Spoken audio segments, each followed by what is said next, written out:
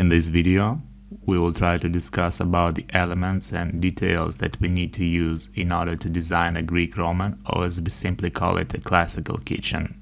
Many kitchens in nowadays, although we call them classical, use elements of different styles that derive from ancient classical styles. They do have as the base the Greek and Roman shapes. The design that has shaped the Western architecture and design began with ancient Greece about 1000 BC and lasted through the classical Roman period, and is characterized by a set of organized compositional rules, including balance, rhythm, scale, proportion, and significant architectural design elements. One of those elements that we can see on classical kitchens are the columns and their orders Doric, Ionic, and Corinthian.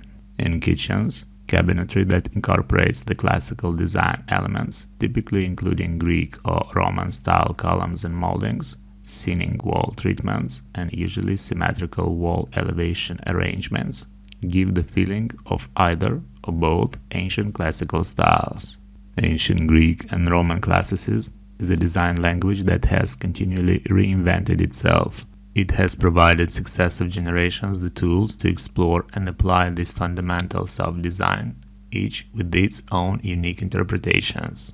Historically, classicism in some form predominated the architectural world from approximately 1000 BC into the 6th century as the influence of Middle Ages was emerging. It served as a foundation for design guidelines during the Renaissance period, 15th into the 17th centuries, which was considered to be the rebirth of or return to classicism. If we would talk about the elements that define the Greek and Roman or classical style, the cabinetry and millwork do have linear forms that are based on the Greek golden ratio relationship. Straight lines and symmetry predominate. Classic columns, pilasters, and white, gray, or other light-colored cabinetry are used to simulate the light marble or other stone. Hardware and fixtures, simple, straight lines and handles or round knobs are used. Iron or brushed metals in a variety of classical shapes prevail. Countertops use marble, granite, limestone, simulated marble, or stone finish. As example, laminate, solid surfaces, engineered stone usually are used for the countertops. The floors usually use mosaic or large tiles, either ceramic or stone slabs are common for the floors. Walls, textured on rough plaster paintings or wallpapers are usually used on the walls. Ceilings and lighting. Ceilings are typically plastered with dark wood beams, classically shaped, including those replicating a classical motif.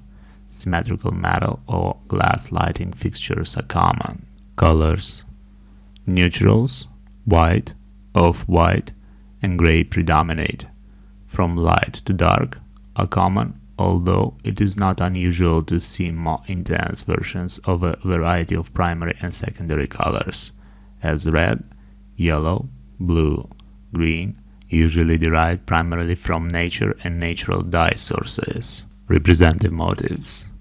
Usually these motifs are common: the Greek key or Greek fret, egg and dart, bead and reel, dentelle, wave, herringbone, honeysuckle, acanthus leaf, lotus bud, sphinx, obelisk. Greek and Roman column styles as columns, support, or pilasters. Roman arch. Fabrics: cotton, linen, or wool, plain or slightly textured, or patterns incorporating a classical design motif are used. Accessories: urns, classical statues, columns, scenes, and mosaics are popular. Greek and Roman classical style influenced the future Renaissance, Baroque, Georgian, neoclassical styles from 18th and 19th century up to our days. And we will talk about these styles in the next lessons.